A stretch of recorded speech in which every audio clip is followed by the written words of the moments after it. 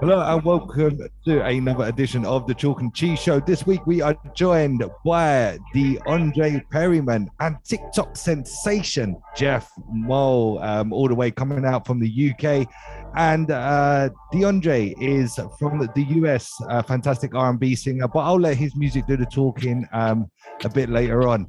So we are the Chalk and Cheese Show. You are locked in each and every Wednesday from 8:30 until the hours of 10. Now, if you do like what you hear, then please do share us far and wide on Facebook, Instagram, you name it.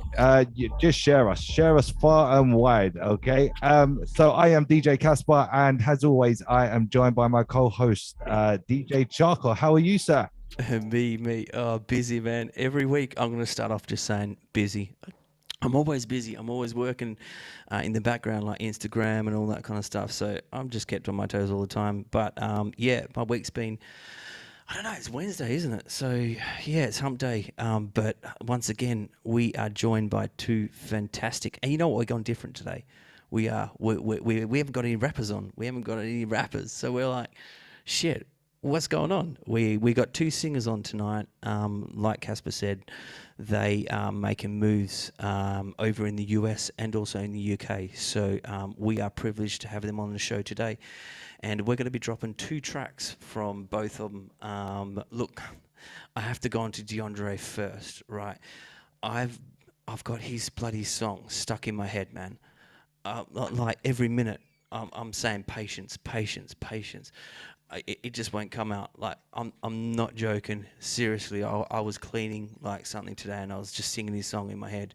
So look, I love it. I love that track, and you guys will love it as well, I'm sure. And we've got Geoff, who's also has got like a funky vibe track that I'm digging at the moment. Look, but we'll get to Geoff later on. But let's firstly introduce the man himself, all the way from the US. It is DeAndre Perryman. How you doing, sir? How's everything going tonight? Man, everything is pretty good, my friend. What's going on with it?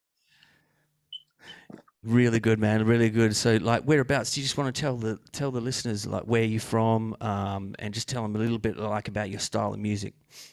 Okay, so actually I'm from the Midwest. I'm from East St. Louis, a small town called East St. Louis, Illinois. Um, um, Real big, and historic, what I'm saying, like next to Granite City, next to, Brooklyn, Illinois. That's where I grew up at. Then I kind of ventured off, moved to New York, moved to California for a little while.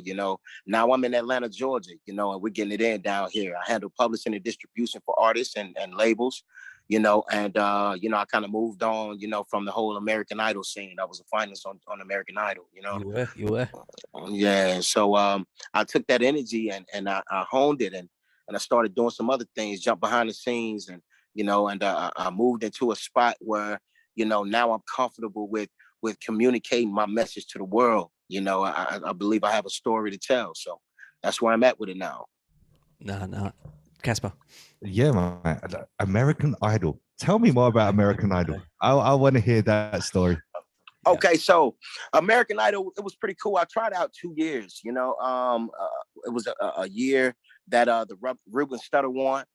I tried out that year. I won for our St. Louis Idol. I was able to go to Nashville. Took a trip to Nashville where I got cut before I even opened my mouth. You see what I'm saying? We took a road trip. The news station went with us. It made it a whole story. And once I got there, I didn't have to. It was like a guaranteed audition. Didn't have to stay in line or nothing. I went to a hotel.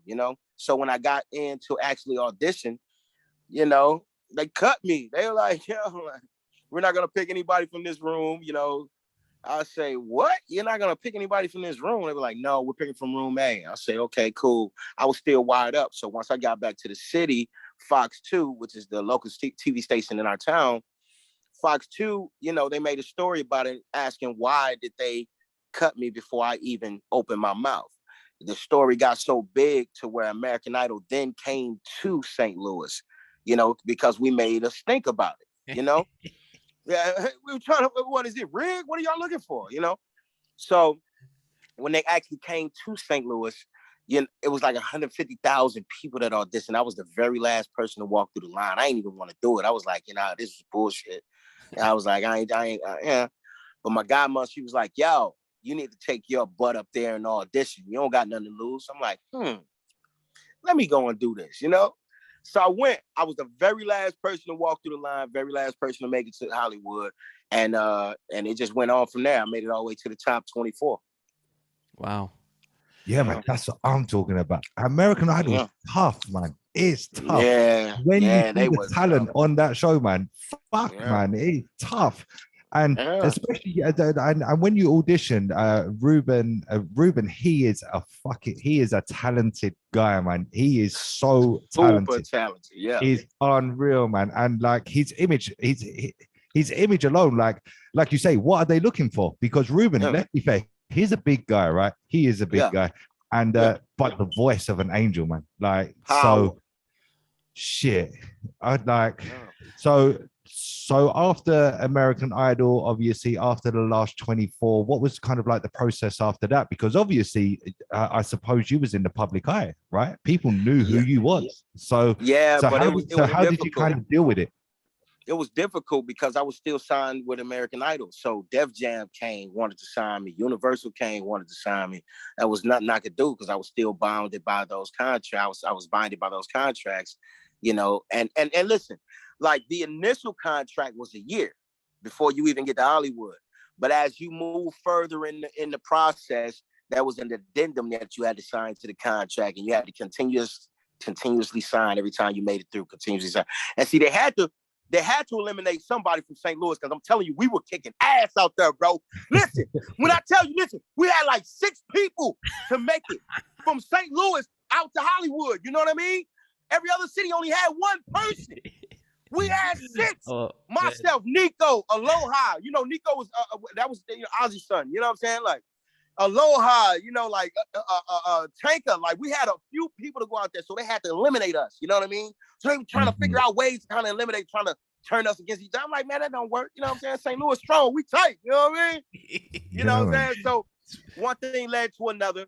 You know, politics got involved. You know what I'm saying? They had to trickle it down. So you know, I eventually got cut, but after Idol, it was pretty good. I started gaining, you know, progress.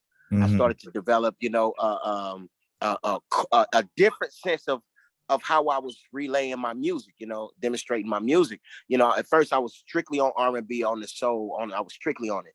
But I had to get my hood credit up. You know what I'm saying? I had to get the hood behind, you know what I'm saying? So I started doing collabs with the hip hop artists in the city. We started collabing. You know, I started to develop a niche, you know what I'm saying, a little sound. I jumped on the other side of the R&B. I just jumped on the rhythm side of it, you know what I'm saying? Like, real talk. And so once I did that, I started performing, and one thing led to another. I got involved with the publishing. I didn't understand why I put out a CD and I wasn't making enough money from it. So I wanted to jump behind the scenes, find out what the hell was going on. You see what I'm saying? I started studying about, you know, Harry Fox, you know, like all of the outlets to put your music through, you know what I'm saying? I learned from a guy, his name is Al Pipkins, that, you know, hey, listen, like a lot of those platforms don't pay you, you know, for all your royalties, you know what I'm saying? And then it's going through so many hands, you know? So at the time when I met him, I was working for Nutso, you know, as Sean Cole, that's Keisha Cole's brother. And he was over at Empire. So he hired me. He was like, cool, you know what I'm gonna do? You know, I want you to be an A&R, you know what I'm saying? Boom, boom, boom. We started doing records. I started finding talent. Once I got behind the scenes of that, oh man, I ran into so many people. I ran into my man. He was like, yo, you doing the same thing, Empire guy. You got all the connects that Empire guy. You got, you know what I'm saying? Like, you're connected. Yeah. So we tied in, you know, locked in. I teamed up with him.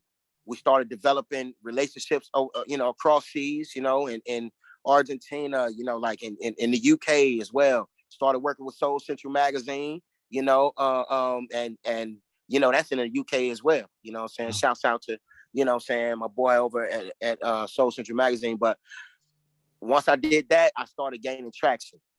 You know, I moved to Atlanta. They were telling me, don't go to Atlanta. But the reason I came to Atlanta, because my life was in danger.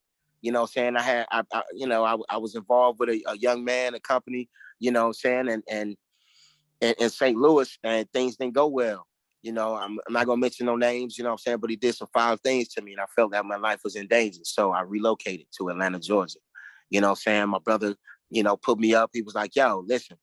And I lost everything.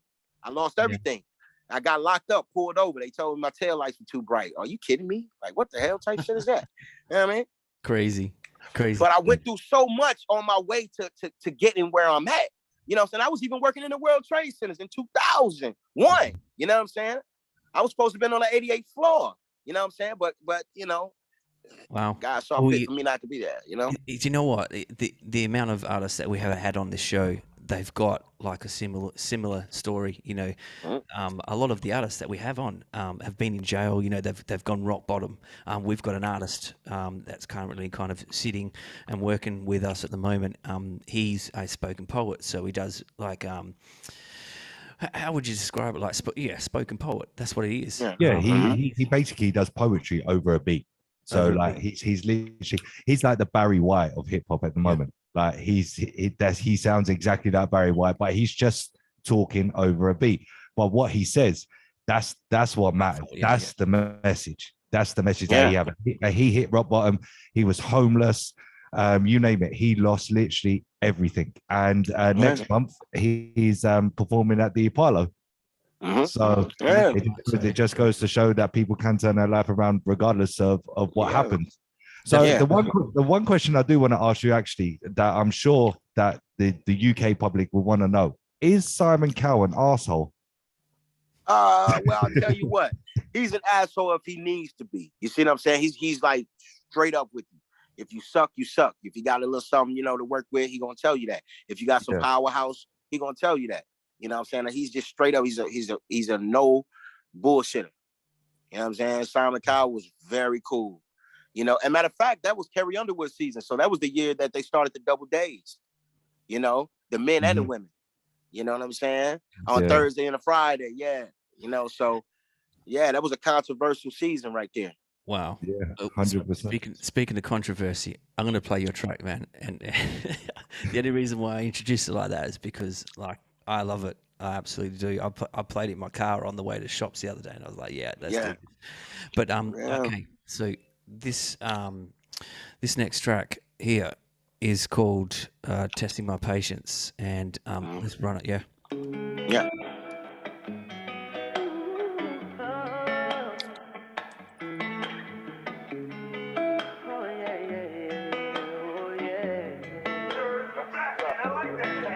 Ain't no use to say sorry when I know it's gonna happen over again. And I refuse to play the part in this masquerade. Oh no. I kept my mouth closed when you hurt me. Yes, I did. And I took the blame for the cause. When lose or draw, you win. Girl, you tested my patience. Testing my patience.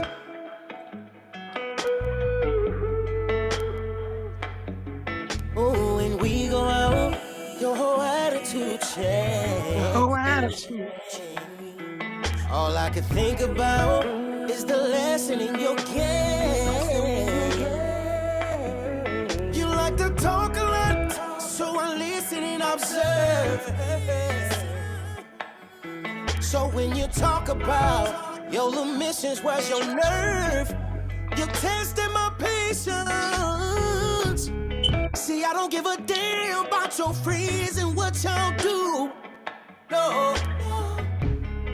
But I do give a damn about me and you.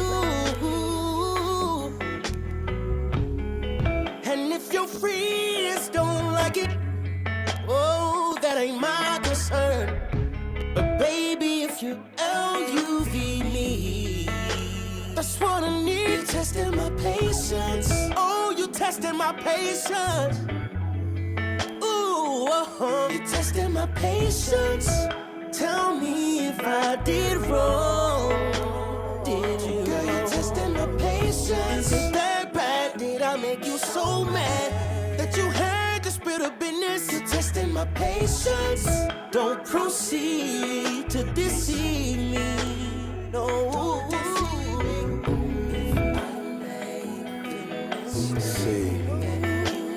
I did the same thing you did, it wouldn't be no discussion. But we couldn't see eye to eye. So I'ma do the best thing for the both of us. I'm just gonna walk away, baby. It's gonna hurt, but I think that's what's best for the both of us. Yes, you Yeah. Fuck, man. Let me tell you something now, yeah, because I have to jump in after every single track before Charco even says anything. That shit is fucking fire. That is the baby making fucking machine, man. Let me tell you something right now, okay?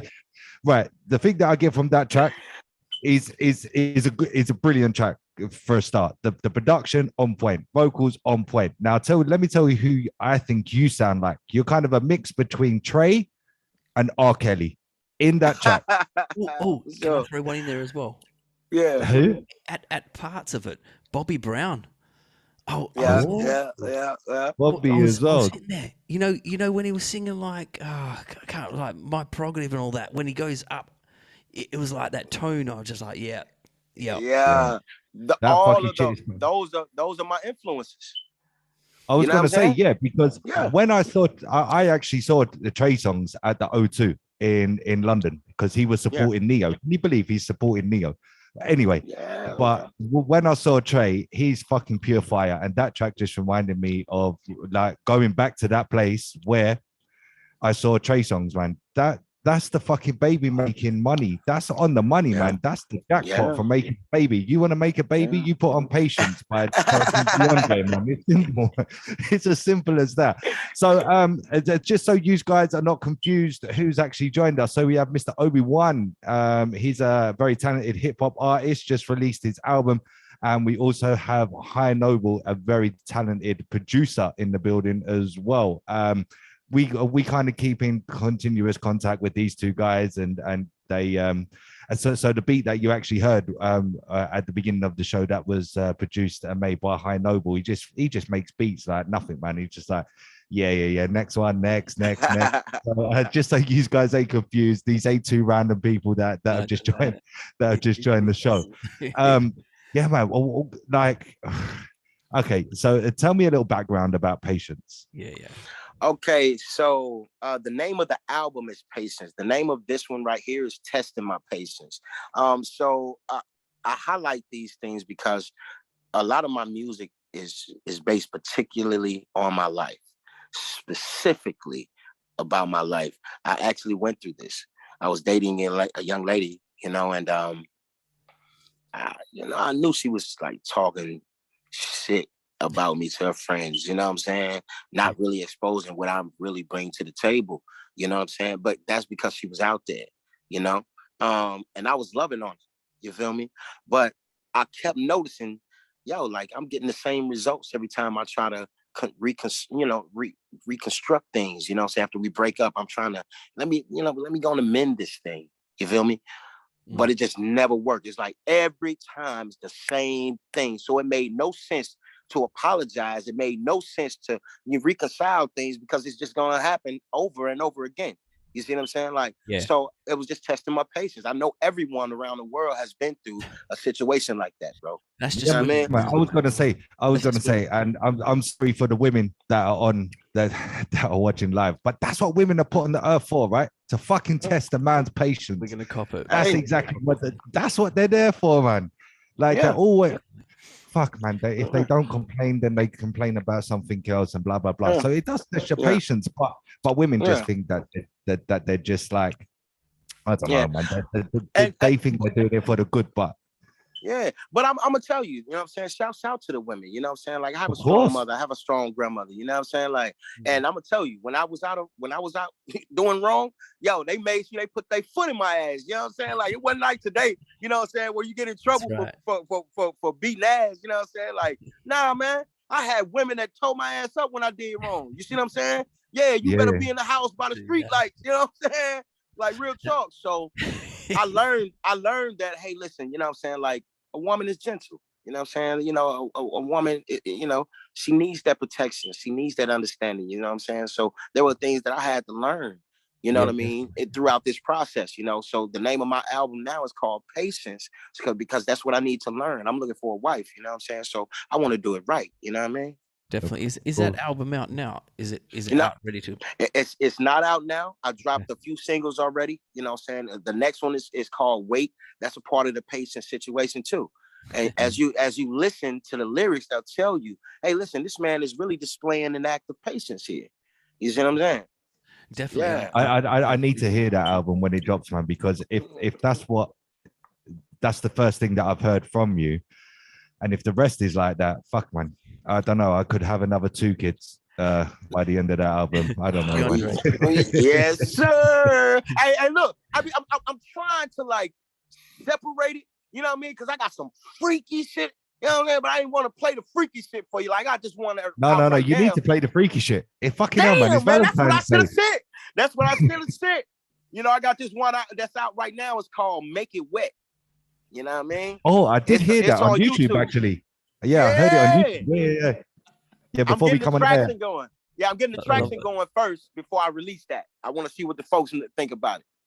Yeah, definitely. Well, when you release it, make sure you send us a copy. We'll run it on this show. All right. Getting back to Patience. The reason why I really like it is because it takes you kind of back to that '90s feel. You know what I mean? Like it's current, and it still takes you back. You know, like we said, your influences, and you said your influences like Bobby Brown, R. Kelly, and that's the era that I like. So I was like, yeah, I can fuck with this. I can fuck with it, definitely. Yeah. And it's one of those songs that you can just play it, and not get bored of it. You know what I mean? Because it relates to so much things in life. You know what I mean? Patience is not all about just women. Patience, and that's the thing. You physically cannot touch 90s R&B, man. 90s R&B will forever be fucking on top compared to 2000s, 2010, 2020, 2030, 40. Not one artist will be able to touch 90s R&B. I don't give a fuck who you are, man. That's where it's at. A producer told me one time, he said, man, you singing too much. You know what I'm saying? You got to kind of lay it back. I told him, man, I don't need to do none of that, bro. Listen, when I do it, listen, you know what I'm saying? Like, the ones that don't know how to do it need to lay back. You see what I'm saying? But, listen, this comes from my soul, brother. You know what I'm saying? Like, I don't know how to control this. Listen, I'm a different person when I hit the stage and the booth. I don't even write music anymore, bro. You know what I'm saying? Shouts out to Jersey and the Fat Man who did that track on Testing My Patience. You know what I'm saying? Like, definitely. As soon as I heard that beat, it was like I got behind the mic. I told my boy Murdoch, he's on the end of the song, that one with the deep voice. He got the Barry White going on. You know what I'm saying? Definitely. I told him, I say, bro, this is it right here. I was in the moment. I was feeling something at the time. Yeah. And it was like, man, the first line led to the next line. That led to the next line. That led to I didn't write anything down. Yeah. You know what I'm saying? I was going to say in that little interlude bit in the song where you're talking, if Jay Rice was on that, man, he's going to fucking make it sexier. Let me tell you something right now, man. I swear to God, he will flip that track to fucking wet to extra wet. Believe me, with his voice. So I definitely, we can forward him that track, man, and he's going to fucking love it 100%. I've already have. You already did. I've flicked it across to Jay Rice, and he goes, "Fucking hell, let's collab." So he's ready to go. He's ready to go. So we'll network like we always do, and that's the good thing about this show. Like last week, what happened? We had 2 artists done. One R&B singer, one rapper, and they straight after the show, Instagram, and they're hooking up for a collab straight away. Yeah.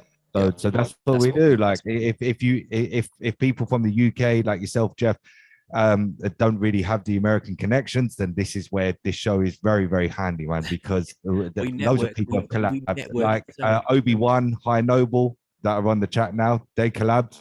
They're fucking fire, man. They didn't know each other 4 months ago, but they've already collabed and they made fire. They made magic. So yeah, man, that's what we're all about as well. We're not just here to interview people. Like we're here to like hook people up as well. Like because there's different talent out there, talent that people might not come across, and they come across this show, and that's where it's at. So yeah.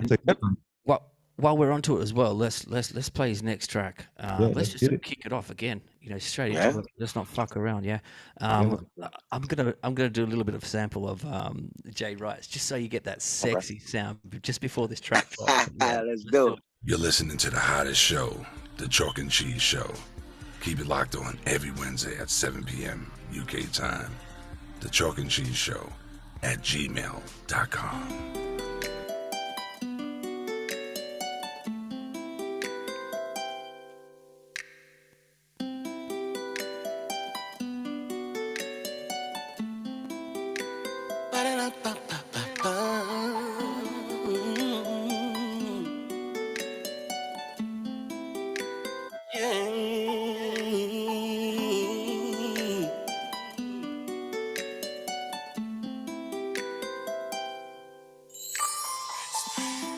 Hey, pretty lady, how you doing? I'm Dre, babe, it's nice to see you glowing. You carry yourself like a model, oh my, you fly though. Find your thing from NY though. Know your mama was happy when she met your daddy, and I know he was happy when she had you, baby. It was like a dream come true. That's the type of feeling I want with you. Babe, that's exactly what we need to do. Good things come to those who wait. You wait for me, I wait for you. Babe, that's exactly what we need to do. Yeah, yeah, yeah, yeah. You wait for me, I wait for you. Babe, that's exactly what we need to do. Good things come to those who wait. You wait for me, I wait for you. Babe, that's exactly what we need to do. Yeah, yeah, yeah, yeah. Oh, how I love the way you stay focused. 'Cause living in ATL, it gets hard and I know it. You're a long way away from your family. I could come in handy. Whatever you need, come get it from me. I for sure don't want your sorority sisters looking at me crazy, like I'm lazy, lame on somebody else's man. No games is on my toe, and I'm at you, I hit the lotto. How the hell would I know? You wait for me, I wait for you. Babe, that's exactly what we need to do. You wait for me, I wait for you. Babe, that's exactly what we need to do. I wait for you.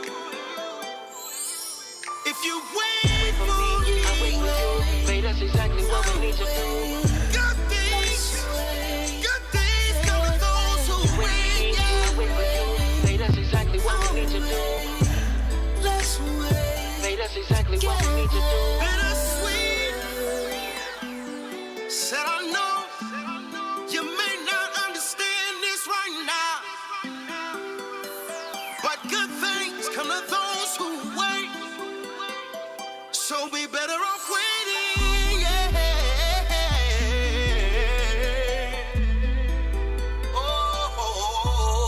Oh, you wait for me, I wait for you. Wow. Mate, this is what I'm saying, man. That's got fucking R. Kelly written all over it, man. All fucking over it. Sure. These, mate, I swear to God, I need your album. I'm not even saying that. Yeah, man. Your album. Hey, man, I'm trying to bring that real crooning back, that real singing, that heartfelt Yeah, singing, you know what I'm man. saying? Not this mumble singing, not this, you know what I'm saying, this low vibrate. No, man, I'm trying to bring that thunder, that power, that energy. That's R&B soul. That's R&B soul straight, man. Straight, Yes, straight. sir. To be honest, if I'm honest, I think you're better than Neo for sure. 100%. Neo just fucking flat now, man. I is got it. absolutely I got flat. into it with Neo. No, you fucking don't. And now I need to communicate with him, you know what I'm saying? Because, you know, we can't be having that, man. You know what I'm saying? Like, because I admire I'm his sorry, music. man. It was But just the to way be he fair, came off. yeah, man, Just the this way is he my came opinion, off. man. This is my opinion. I think you're better than Neo. And if Neo wants to take it up with me, then he can come on my show and then we can get him, man. No problem. But Hey, man, hey, that's why I fuck with you, DJ. That's why I fuck with you, baby. Yeah, let's go. no problem, man. I don't have any problem confronting anybody, whether you're fucking big, little, small, medium, large, fat, fucking thin. I don't Hey, give a we shit. go, hey, man, we're gonna have to get DJ. We gotta give him a bunch and come to US. You know what I'm saying? He's gonna be my bodyguard for a little minute. You know what? I tell you, look, just to bring things back down, I tell you what I like about that song as well. It kind of interlocks with Patience. You know, like you said before, the two of them kind of work together. You know, Patience is all about waiting, and it's all about waiting for the opportunity. Doesn't matter whether it's love, whether it's like careers or whatever. And you know, you took us on a journey. And what I like about the song as well is levels. I say this every week. I just feel that there's like different levels, different components. It was put together well. You know, you took it up here, you brought it back down, and you took us on a journey. And that's what I keep saying every week. Like, I just want to be taken on a journey, and that's what you did. Yeah, I love it. Yeah, man. Well, imagine if that got played in your bedroom, Charcoal. You fucking definitely go on a journey, man. Man, For sure. Well, if you look at it from my last album, the last album was called Lock That Down. You know what I'm saying? That's when I was in my stage where I found someone, you know what I'm saying? She was beautiful, you know, stunning, you know, that and I married her. You know what I'm saying? And that's where the Lock That Down came from. But things didn't work out, you know what I'm saying? And life took a different turn. You see what I'm saying? I learned some things about myself that, damn, okay, well, maybe I could have did this better. Maybe I can't do this better. So I learned some things about myself, and that's where patience comes from. This album is strictly about patience. So all of my experiences, I'm bottling them in. See, we're from the Midwest, so we got some of everything. We got some of that New York. We got some of the West Coast. We got some of the East Coast in us, you know, some of the Southern in us, you know what I'm saying? So I'm like a melting pot. We're like a melting pot. So I'm displaying that patience with this album right here, brother. We all, as men, we need that patience, you know what I'm saying, to deal with that queen in our lives, you know what I mean? No, definitely. So what's coming up for you, DeAndre? What's coming up? So we have right now in Atlanta where we're hosting this big industry mixer, you know, where we're connecting producers and videographers and to the talent. You know what I'm saying? We're combining it and it's with pay-per-view and everything, you know. Also, we got the UNBA basketball league. It's a pro basketball league that, you know, that a couple of my friends have started that I'm helping to promote and support. And it's cryptocurrency wrapped up, you know what I'm saying? It's called the UNBA. They're giving away $1 million contract to each player that makes the team. Right now, they have a promotion going on for the first 10,000 people that register for our social media.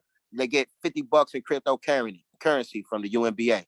And then they have another one where the first person to get 1 million followers get $1 million in cryptocurrency with the UNBA. You know what I'm saying? Okay, you know, if y'all want to be a part of it, you want to find out about it, all you got to do is log on to www.theumba.org.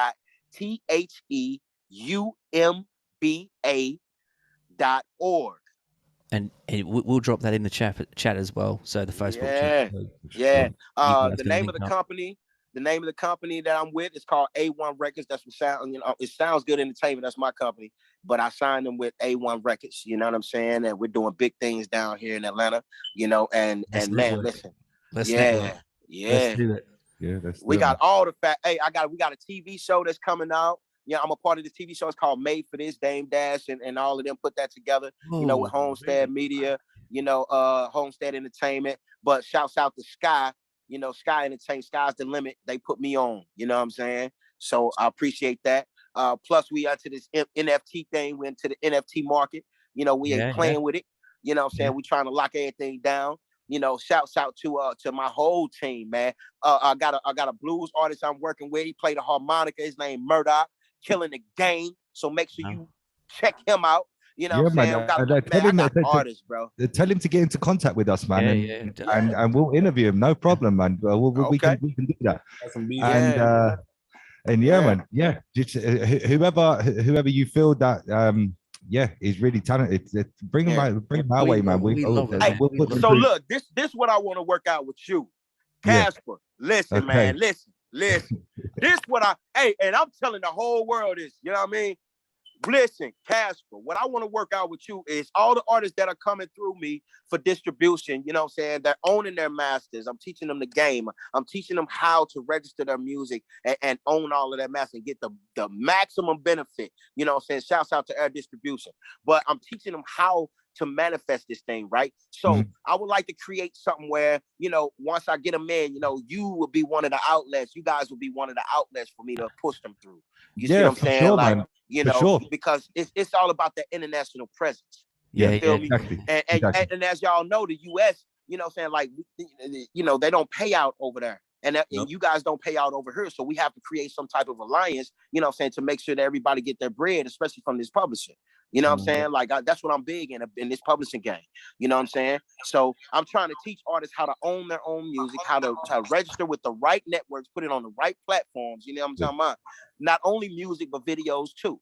You see what I'm saying? So listen, anybody out there, if y'all want this sauce, come get this sauce, man. You know what I'm saying? Catch me on Instagram at DPerryman6, baby. At D.Perryman6, baby. Let's Send go. some of that sauce over this way. Send some of that sauce. Yeah, man. I mean, DeAndre, you know where to find us now, man. So just drop us a message, and any way we can help, man. We're there. We're there. 100%. Sure. Okay. That's what we do. That's what we do. We love to network, and this show has given us so many opportunities. Like we're off to Switzerland in June just to help promote an artist over there, which is absolutely crazy for us. Yeah. We're in a magazine coming up in August as well. We're going to feature in a magazine. So life's just taking a different turn for us every day, and a little bit. And we wouldn't have this if it wasn't for you guys coming on. And with you guys, so we appreciate it, man. And if we can help out in any way we can, we will. Trust me.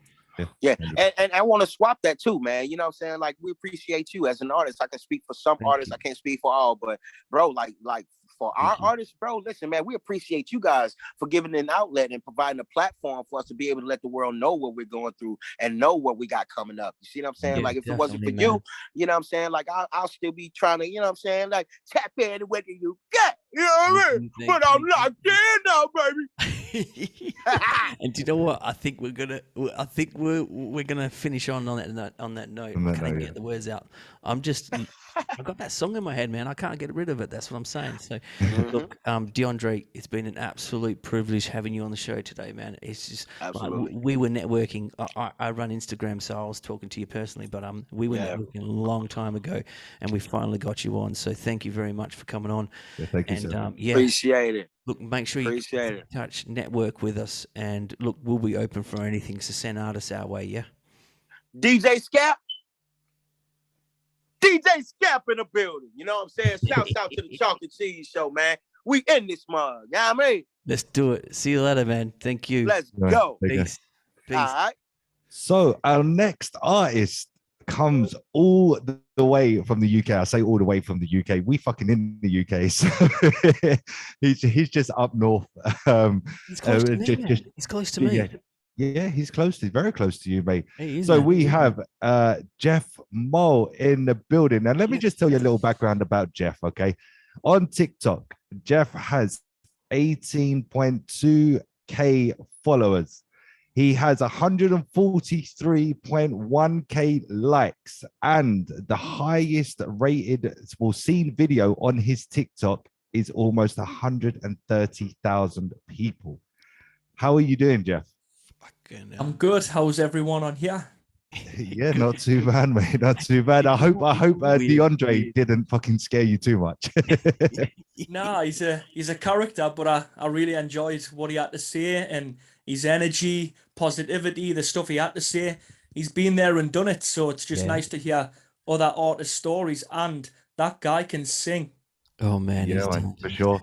What's really refreshing as well is that we have a UK artist on the show tonight. Like Geoff, you are the first, man. The first UK artist that we've had on. It's very hard to get artists from the UK. It's fucking hard, man. Yeah. Well, here I am. So that's my pleasure right there. Before we even start. And thanks for coming on. You've been dealing with Casper in the background, getting you on the show. And look, it's such a privilege to have a UK artist and such talented artists as well. Like Casper said, you got to be doing something right if you got that many followers, if you got that many people watching you, tune in, watching you. I've watched some of your covers that you've done, and they're fire, man. I'm loving all the covers. I'm loving your new stuff as well. I like the kind of funky edge, and we'll play 2 of your tracks tonight, which we got queued up. So, look, tell us a little about yourself. I know you're from up north, just probably about an hour and a half. I'm in Leeds, so not that far away from me. Yeah, I'm not originally from Leeds, as you can tell, but so not that far north. And you guys kind of inherited a lot of money through your football team recently. So, we're not going to talk about football, but look, tell us a little bit about yourself. How you got into music and where you are now. Yeah, so I'm 30. I was about to say 29 there, but this is the first interview back from turning 30. So yeah, I'm 30. I'm from Gateshead, Newcastle originally, but I'm now living in Chesterley Street, which is more Durham area now. Oh wow, okay. Yeah, I moved through here about 8 to 10 years ago now. But it was a good move. I like it through here. It's quiet. Neighbours are good. Yeah, it's all good. Music wise, started for me as a little kid, a little boy, growing up around a lot of music with my mum and dad, different styles of music. Mum was always into the sort of 70s, 80s disco vibe, your Young Hearts Run Free, your ABBA stuff. And then my dad was into the likes of U2, Mike and the Mechanics, Richard Ashcroft, David Gray, Tracy Chapman, James Morrison, James Blunt, as I was getting a bit older. So I think that's where I've sort of got all my influences from, just loving music and then growing up to start writing songs. I love musicals. Oliver Twist, Annie, and obviously all the movies growing up, Titanic, and just everything really, just music from being definitely as little as music can running remember, through you your know? soul, haven't you? Like that's the thing. We talk to a lot of artists and their background, and a lot of people start off busking, out in the streets, and they're either rapping or they're on a corner and they're doing battles against their mates and things like that. So when you first started, like, when did you how did you kind of go, you know what, I want to be an artist? Did you busk yourself, or? I've only ever busked once, and that was for charity for Marie Curie Cancer Care. Okay. I actually landed on some guy's spot who wasn't really happy, but that's another story anyway. So yes, busking hasn't been a thing I've gotten into. I've always just been into the school plays and the musicals from being little. I was in my first pop group when I was 10, 11 year old. Wow. And we were sort of told and pushed to be the next big thing. But at the same time, S Club Juniors came on the scene. And with the S Club name and the backing, they were the ones that obviously got all the promotion and public push and stuff, which is fair enough. But yeah, that was my first sort of dip in at performing to a crowd and the audience and the reaction and the clapping and the cheers. And I think it was just from then that's when I knew I wanted to be on stage, whether it was for a hobby or making a living or just doing it because I absolutely love it. And now it's turned into obviously it all. I do it for a living. It's my job, and I absolutely love it. You know what I mean? Wow. So what was the band called that you was a part of when you was younger? The band was meant to be 4 boys and 4 girls. So there was meant to be 8 in the band. Okay. But during the audition process, they couldn't pick out of the 6 girls and 4 boys. So the band actually got called Too Many. Okay. Which was pretty cool. Yeah. I'm not sure if there's anything else online or anything kicking around on Google or YouTube or whatever, but we did have some stuff out, and we're recorded in a studio. And I can remember going into the studio thinking, wow, like, is this it? Crazy. Have we made it? We're in headphones on, we're in a booth. And wow, like I say, it was just the first little taste of what I knew, what I wanted to do for the rest of my life. Wow. So And you would have that's- been in good company because you would have had like Blue, the Boyzone, Steps, Yeah. S Club 7. Yeah. So when you was younger, did you ever come across any of these people? And are any of them like who did you look up to when you was a kid? Who did you want to be as big as? I think my favorite boy band at the time was Backstreet Boys. That they were huge. yeah. One of the first songs I think I learned and started singing for family was "As Long as You Love Me." Mm-hmm. I It's think an everyone absolute sung that tune. before. Yeah, man, it's a banger. It's an absolute banger. Classic I tune, love it. But yeah, growing up, like I said, the whole Backstreet Boys thing was like just me. I would rush in from school and it would be on the CD. I think it was the first CD or the first sort of cassette thing that I think I would have bought. I think that was my first purchase of like a music album. To be fair, it was Backstreet Boys. Yeah. I'll tell you what, I remember it vividly because we're about the same age, Geoff. So I'm 32, you're 30. We grew up in the 90s, and that's what we do. That's what we used to with all these like UK boy bands and stuff like that. But You're not 30, man. You're older than that. I said 32. You get trappy.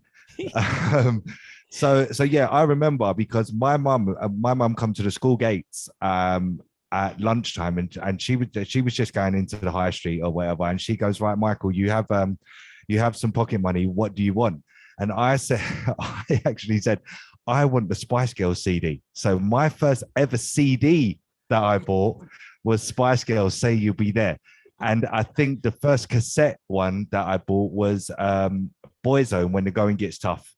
That was the first cassette that I had. So that's going back in the day, man. I haven't seen a cassette tape in 20 years, at least 20 years. So Spice Girls, would you believe it? I said, and when my mum brought it to me after school, I was so fucking excited. I don't even know why I'm admitting it, but I can relate to what you're saying, Geoff, 100%. Like with the groups and the boy bands that were coming up. I was actually a part of a boy band myself when I was in primary school. Yeah, I swear to God. So there was 2 Irish kids, and there was me and another boy, and we actually performed in front of my parents, and it was a Boyzone song. What was it called? Oh, No Matter What. It was No Matter What, actually. Anyway, I need to shut up, man, because I'm just like exposing myself massively. That's it. I'm going to call you out like you did with me a couple of weeks ago when you told me to rap. Definitely, I'm calling you out. Yeah, you wait. So let's play a track anyway. I've got one queued up. So let me just see, because I push all the buttons and I have to talk at the same time, and my brain doesn't work like that. So I'm going to play Wanted first up. So everyone, this is Wanted by Geoff Mull. Let's do it.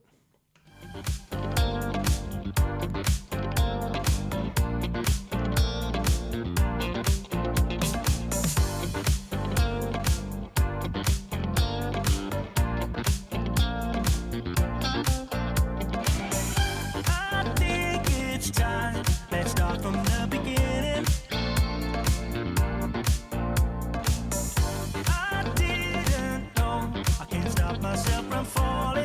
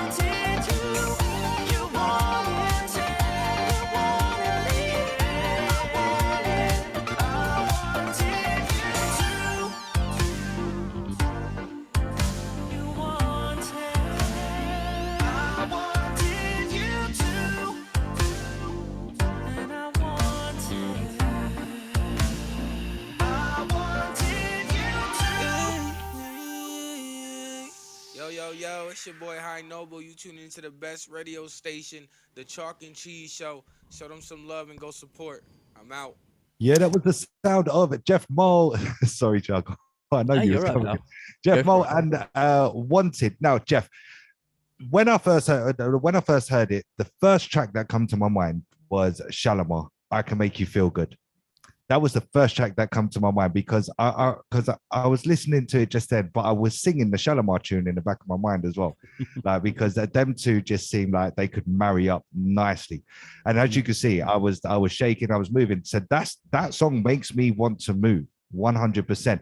I could imagine like being at a wedding, for instance. The DJ drops that song. Your auntie, your uncle, your nan, everybody gets up just to dance to that song. That song's just a pure party vibe song, man. I love it personally. And the way that the beat breaks down as well. So you kind of got like that old school soul in there. And then all of a sudden, like you kind of get hit with like a Daft Punk vibe as well. It's funny you say that, Casper, because I picked a little bit of Bruno Mars in there with that beat. You know what I mean? Like just it's that funky kind of stuff he was bringing out. About 3 years ago now, 24 Karat and all that kind of stuff. But what I liked about that as well, like with your voice, I want to challenge Casper to see if he can do the falsetto like you do, mate. Because if he's going to come on here and start bragging about, being in a boy band and shit like that, you got to back it up, brother. You can suck. Yeah, you can seriously. You can suck my left one, and I'll come all the way to Leeds so you can suck it. I swear to God, no chance, man. I'm fucking 32 years old, mate. I smoke about 20 a day. There's no fucking chance I can get that high. The only time I'll probably get that high, mate, is if my missus kicks me straight in the bollocks, and then I probably still won't be able to get that high if I'm completely honest. Shit, man. But obviously we have High Noble on the chat as well. He's actually High Noble on Facebook. So he would love to work with you, man, because he was feeling the song. He said he was finger drumming. Is that right, High Noble? Yeah, the breakdowns reminded me like old Justin Timberlake songs. I like that a lot. Yeah, man, like rock your body, like that rock your body vibe, the type of thing, man. Yeah. That's a massive compliment as well, man. Yeah, that is kind of be compared to Justin, man. That's 100%. But everything you've said with the Shalimar and that sort of retro funk and the Bruno Mars, the whole Justin Timberlake, I think just like single by single, we're really enjoying experimenting different sorts of music. Yeah. Hence the tracks I've sent over is Wanted. I don't know which one you're going to be playing next. Is it Had It All? Had It All. That's the new single which I dropped in New Year's Eve, and cool. We're sort of just going back to the acoustic pop rock vibe and the sort of country pop rock vibe, and we're just enjoying experimenting from the first album, Different, which is on me studio here. It's called Different due to the fact that we didn't know where we were. So on there is a piano ballad track. There's a reggae track. There's an R&B track. There's every sort of track on there. And we just enjoyed just doing a bit of different stuff. But the guy who I work with here in the UK, Mark Littlemore, in the box recording, he's literally been with me now for nearly 10 years. So everything you've heard on the album, the EP, Wanted, Had It All, Mark's the guy who I give my ideas, lyrics, and melody chords to, and he makes them tracks. So I'm in great hands here. Yeah, definitely. And I feel that the production, like you can just hear, like even your backing vocals, how it was kind of lower. Usually when you're backing vocals, they're quite tight knit. They're quite close to your normal vocals or your lead vocals. But this one here, like you've done something kind of experimental and dropped it right down to kind of more like a bassy, background kind of vocal, which I quite like because I've got the opportunity to put my headphones on and really listen to the track. So the others might not have picked that up, but I like pulling apart tracks and just having I think there's a vocoder mix in there, and obviously pulled right back as well. We wanted to experiment with the vocoder vibe, hence the Bruno Mars stuff and Jamiroquai sort of vibe. It was Jamiroquai, that's another Punk one as well, like that whole Daft Punk vibe you mentioned, the drop down and the whole I wanted you with the vocoder.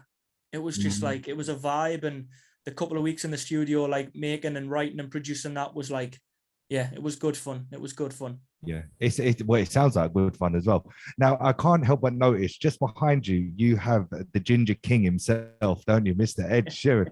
Where did you get that from, man? Where did you get? That's a good piece of artwork, man. I have to say. It is. It is. There's a guy in Newcastle, goes by the name of Rez.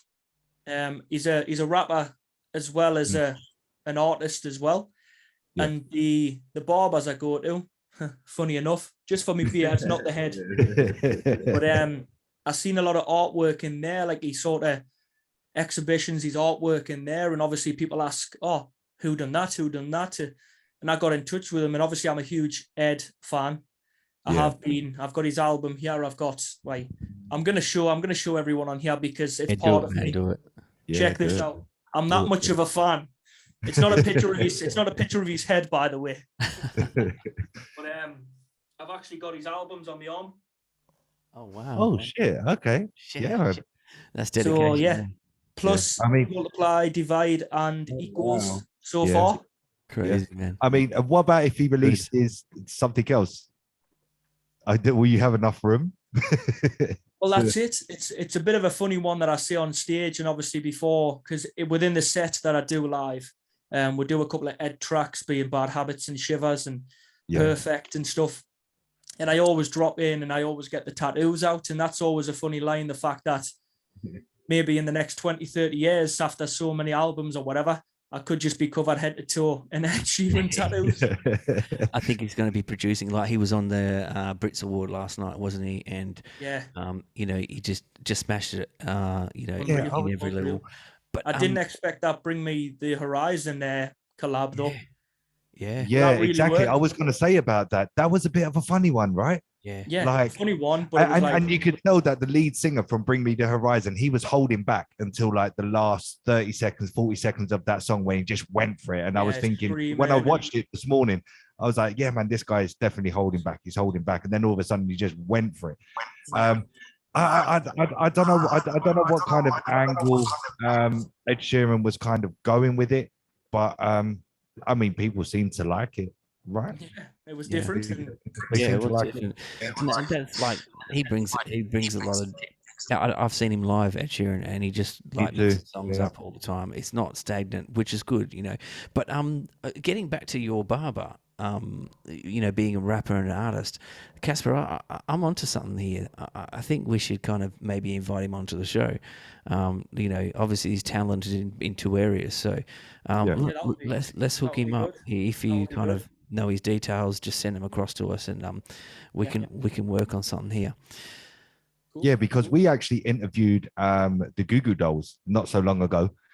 Obviously massive in the 90s, and he actually has a foundation where he mixes art and music. So I kind of see the angle that you're going on with that, because art is music and music is art. So definitely, 100%. So Geoff, tell me about TikTok. How did you just think to yourself, right, fuck it, let me just sign up and let me just do it as a laugh? Or did you go into it to say, right, I want this amount of followers in this amount of time, or did it just kind of happen like organically and naturally? Because I've seen some of your lives on TikTok. You get quite a lot of people watching you live on TikTok, don't you? Yeah. So I actually first joined TikTok back in November 2020 through lockdown, when it was big. But I spent a week. I uploaded, I think, 6 videos, and it just nothing seemed to happen. And it was like, right, cool, I'm done with that. And I left it at I think it was 800 followers for a whole year. I didn't upload it like much at all. And when I was going down to Essex back in November, just gone, there's a vocal rap duo group called He Knows She Knows, and we were going down to the awards ceremony. They were up for an award. I was up for the best solo male, and they just mentioned that how big it was and the platform, like you need to get on it. Like literally just put some time and effort in for a couple of weeks, get some stuff saved in your drafts, put some text on it, put your lyrics and stuff on it, and just share 2 to 3 videos a day. And that was like in there, out there. It was like, what? How do you do that? So I did actually spend some time. So in November, I was like, right, I'm gonna put some time into it, because the more following you have, the more opportunities you get due to this and due to other things happening coming up as well.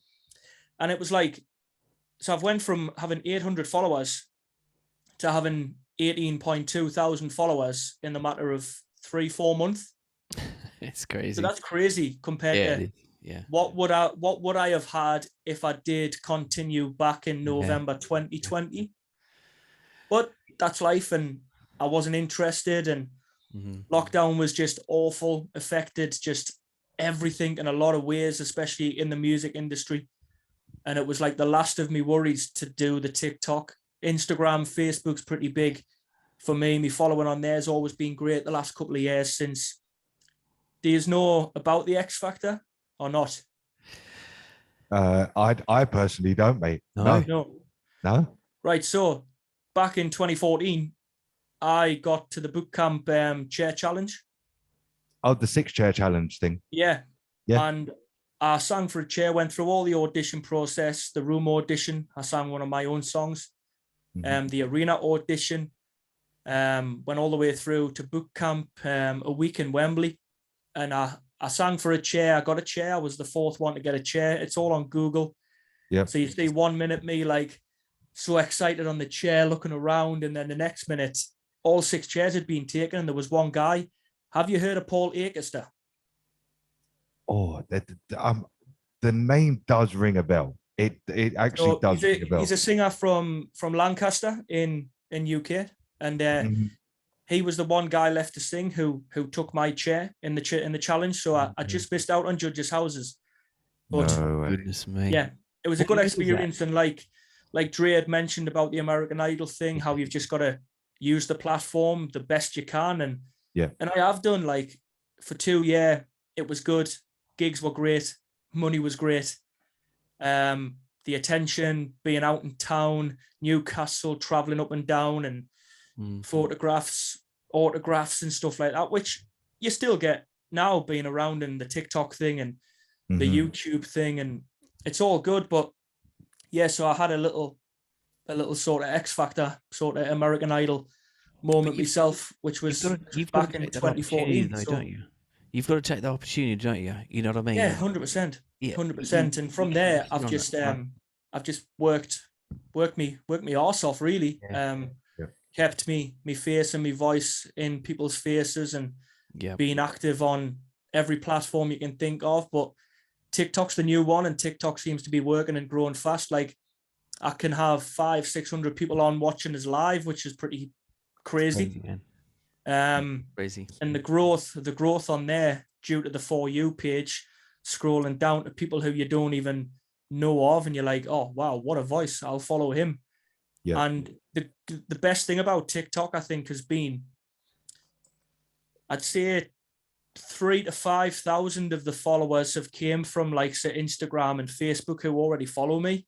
The rest of them is like total brand new people who didn't know who I was, which is just that's the best thing. That's what I need, you know. I was going to say one of them is me for sure, because as soon as I saw you live, I thought, right, fuck it, I'm going to follow this guy because he does have a really good voice.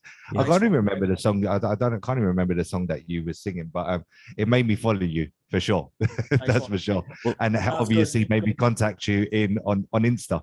But after the whole X Factor 6 chair challenge thing, obviously you said you was on a high for 2 years. Then what was it like after the 2 years when everything just kind of seemed to drop off, and how did you deal with that? Because not many, we only talk about the highs of people's careers, but the lows of people's careers as well, that's just important as the highs, in my opinion. So how did you kind of adapt to not being busy constantly and just kind of not being, I don't want to say wanted, but not being in demand, let's say that?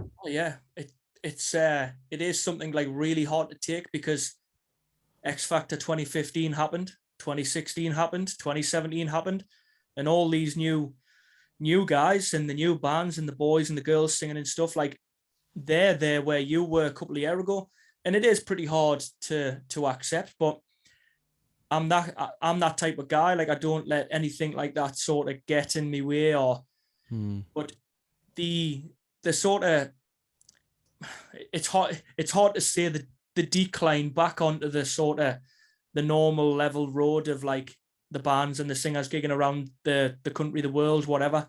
It's just how it wasn't like a drastic sort of decline. It was just a nice sort of easy decline to the fact where, yeah, the gigs weren't as good as the high-end corporate gigs for the celebrity events and stuff, and the money wasn't, the couple of £1,000 per gigs, £3,000, £4,000, £5,000 per gigs. So it went from that, and it was slowly coming back down. But still to this day, like I'm now gigging in the venues and doing the same gigs as the likes of your Ray Quinn, your Nicholas McDonald's, your Sam Bailey's, your Ben here now, who won the show of the year that I was on. Oh, wow. So really, when I think back, I haven't really sort of lost out on anything to what they had. Like they probably had bigger and better gig and fame and stuff for the 2 years that I did, but now we're on the same level. So I've just kept active and I've kept my face and my voice all over the internet, and I think that's what sort of kept us from just like, it's music, it's what I love doing. So it doesn't matter whether I really decline and I gig in front of 10 people in a care home. Like I'm doing something I love anyway. So yeah, definitely. But yeah, I'm in a good position. I'm working. I've got a great band. I've got a great team behind us, and the social media is great. I've got a great following. Yeah, I'm loving it. It's good that you mentioned about, you being kind of on the same level, because I don't know, I've never really been famous myself, apart from the show, no. And you kind of get a bit complacent, like you're untouchable when you're at the top. And you kind of do nothing, where I think, you're already in the spotlight, so you don't really have to work. You still work a bit, but you don't really have to work hard. But that's the reason why kind of they've come down and you've kind of maintained that same level, because you're still working hard. And, it's great to just hear that, even though, and don't take this personal, you didn't win, or you didn't get through to that final, you're still kind of meeting up somewhere along your journey with the people that did. That's it. And I've always said, I've just put a post on Instagram today, like never get comfortable and never accept where you are and think, all right, this is me now. I'm 30. I've been there 2014 for 2 years. It was big. It was great. Attention, everything was good.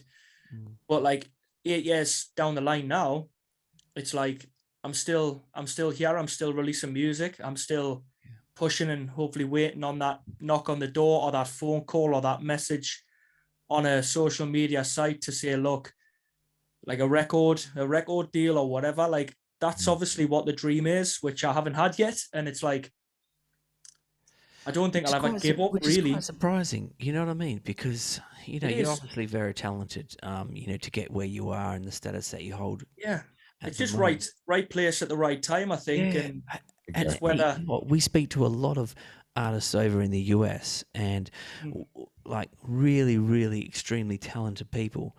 But, we see them as, like, why you haven't been signed? Why you haven't been signed? Over there, the market's really, really saturated. So, there's a lot of people bidding. There's a lot of people fighting, scrapping for, to get that record deal. Some people like staying independent, which is what they kind of do.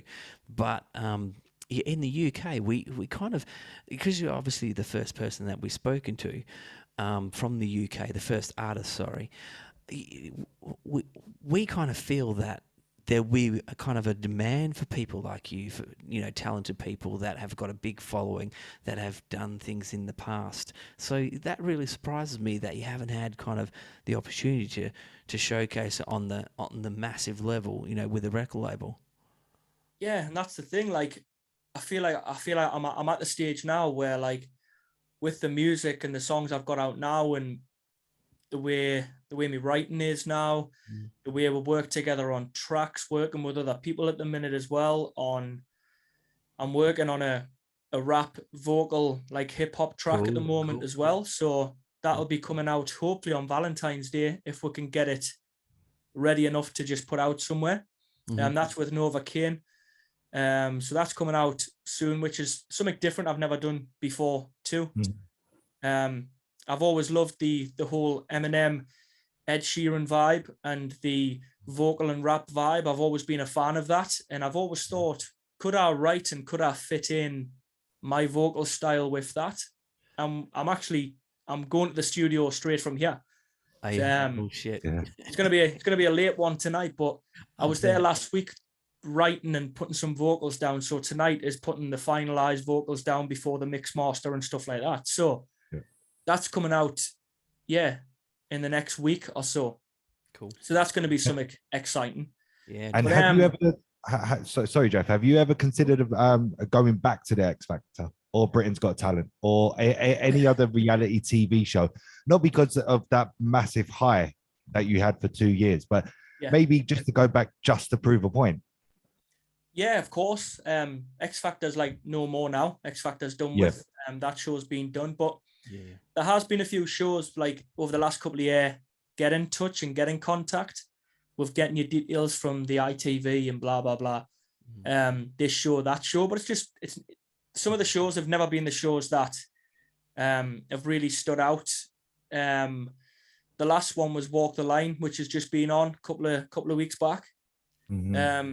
I don't know, like, I'll know when the right time is to do that. Yeah. Things have changed in the last 4 years due to family and breakups. I've got a little boy now who's just turned 4 in October as well. So being a dad, having the balance of being a dad and working and in the studio and being away on the road with a band and gigging, life's crazy. But I've got a good balance, and it's all about balance. And when a show like that can fit in the balance, when I don't know, but if it does, I'll know when the right time is to, all right, so I'll apply for The Voice. We'll see. We'll try The Voice or something like that. But at the moment, things are good. We're happy. We're working. I've got a great band. The band are happy because we're getting a lot of work, a lot of money, which always keeps the band tight. So that's great. And we're just in with spare time. We'll write and release a lot of my stuff, which is all on Spotify. And the aim this year is to, I think, just continue to put 2-3 months into one song, write it, record it, promote it, get a good video, and then move on to the next one. So this year, I'm going to try and release 4 to 5 singles because it literally can only take that one song to be heard. Of course. And the record labels and stuff they can just hear one song and think, hold on, who's this guy? That song's great. What has he done? What other stuff has he got? Right. We'll bring him in. We'll sign him. 3-song deal, album deal, whatever. I'm literally just waiting for that. And it sounds funny and a bit like cringy, but I stayed in last night to watch the Brits on my own, me in the studio, a whiskey, and I ordered a Chinese, and the Chinese came with a fortune cookie. I opened the fortune cookie and I've actually stuck it on the desk because it's just said, opportunity will soon knock. And when it does, answer the door. So that's like, ooh. Yeah. That's so great. What happens? Yeah. What happens this year? 2022 just sounds, it's just got a good ring to it. And if anything is to happen, I'm going to really push myself this year. Of course. You know what I'm saying? So work. It's all I'm about. I love it. Absolutely love it. So just before we play your next track, so you say you released it on New Year's Eve. So if you can just give us a little bit of detail about the track, what's it about? What's it what's it all about and stuff like that, that'd be great. Yeah, so Had It All is a song. The lyric in the song is it was good back then when we had it all. So the vibe is honeymoon period, everything's great. You're sitting next to each other, you're out date nights holding hands, sitting on the same couch in the house watching movies, and then it's sort of just slowly drift apart, really. And you're just remembering the fact that you used to dance in the kitchen, you used to be up talking all night. We used to say "I love you" before you went to bed and stuff. It's just a typical love song, which a lot of people have been through, and just thinking about, yeah, it was great back then when we had it all, but now it's changed. And I've actually just finished shooting the music video for it with me cousin Jordan. Was that by JL Events? So it's nice to work with family as well. Yeah. Was that coming out? That's coming out probably in the next week. I've just received the second draft, which I'm going to look at as soon as we're done here. And then obviously his work gets done, the text and the color grading, color matching and stuff. So he's going to bring it to life. But what I've seen, it's looking great. And it just puts a video and a story to this song that you're going to hear right now. So once it's out on YouTube, Facebook, Instagram, I'll be pushing it everywhere. It's just nice to see a video to the song. But yeah, the song, it's a great song, and it's doing well. People are really enjoying it, and the work on the next singles like started, and that's you're listening to the hottest show. It's ready to go. Ready to go. Let's play this song. Sorry, you know what? My finger just slipped then. I was about to press start. Like, we heard Jay Wrights again, and look, we've already given him a play tonight, so we're not going to continue playing Jay Wrights all night. Look, let's listen to Had It All. You know, you just broke it down for us, and one thing I liked about it is that you just described my relationship right there. But anyway, we're not going to get into that, so let's play the track, yeah.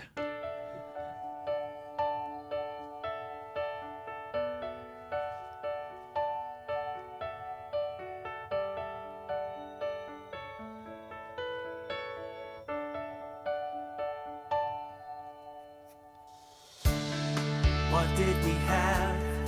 We had it all. We both didn't know if we'd ever fall. Then the love story started to unfold. We both say I love you way back at the start. We kiss every morning, we were never apart. We promised to love until we're gray and old. Stuck in love, what can I do? Tell me, do you feel the same way too?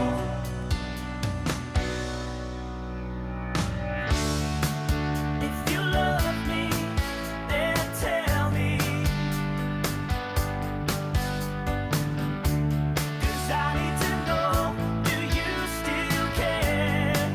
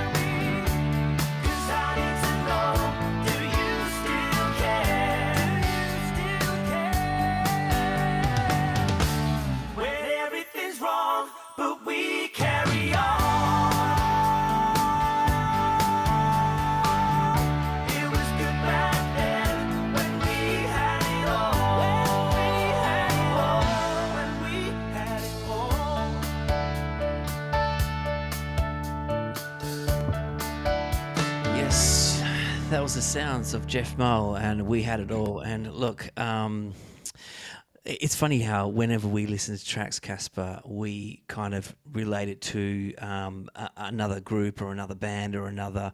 It's funny how we do that. But to me, I don't know, something just came across that was like Crowded House. I don't know if you've heard of Crowded House. Yeah, for me, mate.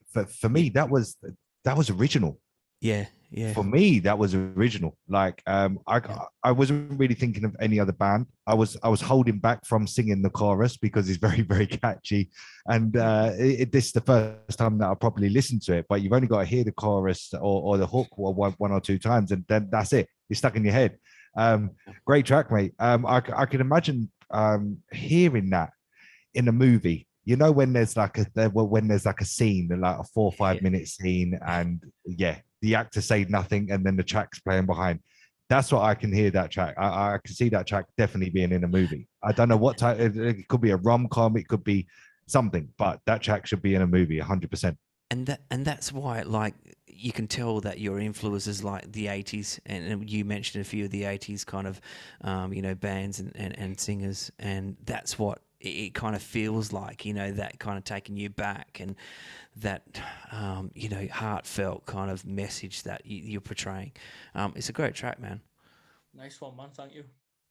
Yeah, we got Rachel on the Facebook as well. She just said that she loves your work, Geoff. She said that you've got a lot of awesome tracks, and she's got both your CDs along with other merch. So you sell merchandise as well. Tell us about that. Yeah, merch goes literally all over the world, as far as Australia, New Zealand, America. I've got a lot of following in the likes of Norway, Sweden, Ireland. Yeah, merches went all over. CDs. Wow. I've got hoodies, t-shirts, pom-pom hats for the winter. There's signed photographs. There's key rings. There's Geoff Mull mugs to have your tea and coffee in on a morning. Get on board. Do you have like a website and that where you can kind of purchase this stuff? The website's nearly finished, to be honest. The website is what we've been working on to launch this year. So that's going to probably be launching hopefully sometime this month or next month, probably March, because I want it just to be perfect before we do drop it, instead of dropping it then tweaking things. Yeah. It's getting there. It's getting there now. So there'll be a shop on there. There'll be the about me. There'll be photos, videos, gigs coming up. But cool. So it's all going on. So if people listen or watch this interview back and they wanted some of your merchandise, like a CD, for instance, where could they actually purchase one without obviously there being a website? Can they contact you kind of directly through Instagram or Facebook or TikTok? Just direct, really. People will send us a message on Instagram or on my Facebook page, Geoff Mull Music. There's a send email or something which takes us straight to my email, which I'm looking at my emails right now. I've just opened them up before, and I do get through them. For merch and for inquiries for gigs, and a lot of weddings are coming in since this dropping these little 30-second clips of love songs on TikTok, which is great. I've just been booked for a wedding in Murcia in Spain in September from TikTok, which is pretty cool. Nice. We're getting throughout, and flights, so accommodation, 2 nights in Spain, getting fed, drinks. Yeah. It's all coming together now. It's I'm in a good place. I'm enjoying it. But the most thing I live and breathe music like every day. As soon as I wake up, it's just like, right, what can I do today? What have I got to do today? Music. I've done a cover. We'll do a video for it. I'm going to write. I'm just going to, like, I don't know if I'll be able to turn this round, but like this is the workspace that I'm just at 24/7. Yeah. I just love it. It's at home, and I might as well not have any other room in the house. I'm literally here, or I'm in bed, but I'm not complaining. No, definitely. And like what's coming up, we know you got a new track coming out, well, potentially around Valentine's Day. Like what's coming up for Geoff Mull? Yeah, so we are praying that it's going to be ready to drop on Valentine's Day, the new track with Nova Kane. Karma. It's going to be called Karma brackets No Apologies. Okay. The rapper on it, the verses are just like, Good. And then the hook comes in, like, it's just got a great vibe. So that's coming out. Good.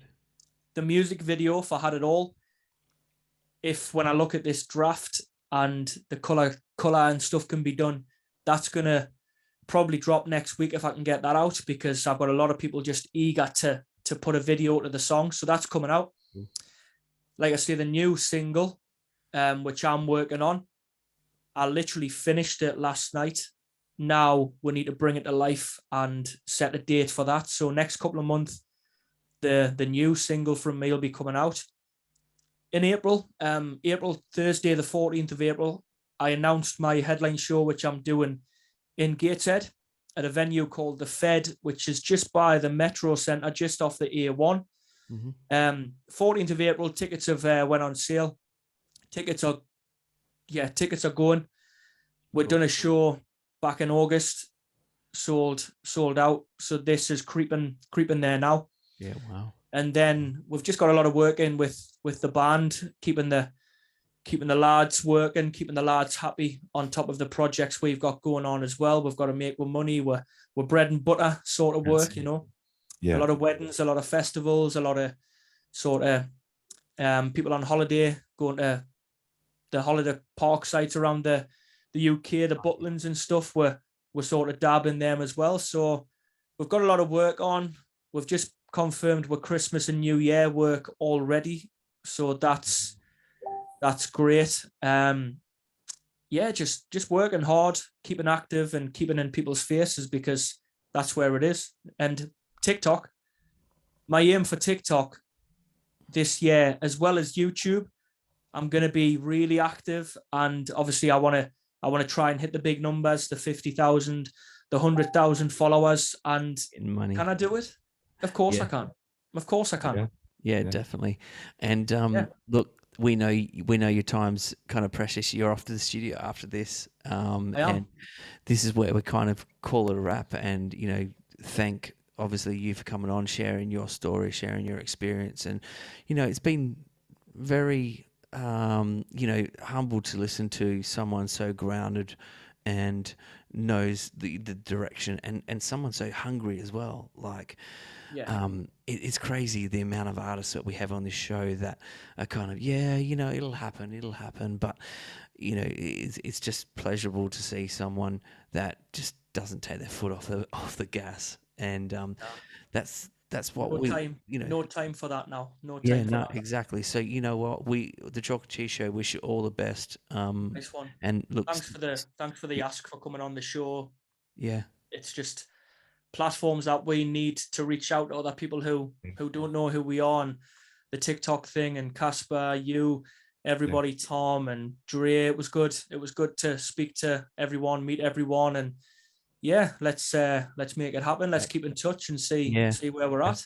Yeah, 100%. Well, thank you for your time, Geoff, and I hope you go smash it in the studio and everything gets wrapped up, and I can't wait to see the music video. And once that music video is out on YouTube, if you just let me know if it's okay with you, because what we do is we generally post all our artists who we've interviewed on our website, so people can go back and listen to their music and stuff like that. And this interview will be posted on our website at some time, either this week or next week as well. So all your followers can just come over to the website and watch the interview if they want to. Yeah, I'll drop the link. They always like to hear different stories and different interviews, because different questions are asked and stuff. So yeah, there's still people finding out things that they don't know about me. So yeah, I'll share that and I'll keep in touch. And again, I appreciate it. Good luck with the rest of your shows, and keep in touch. And really appreciate you. Thank you very much, Geoff. You take care. Take care.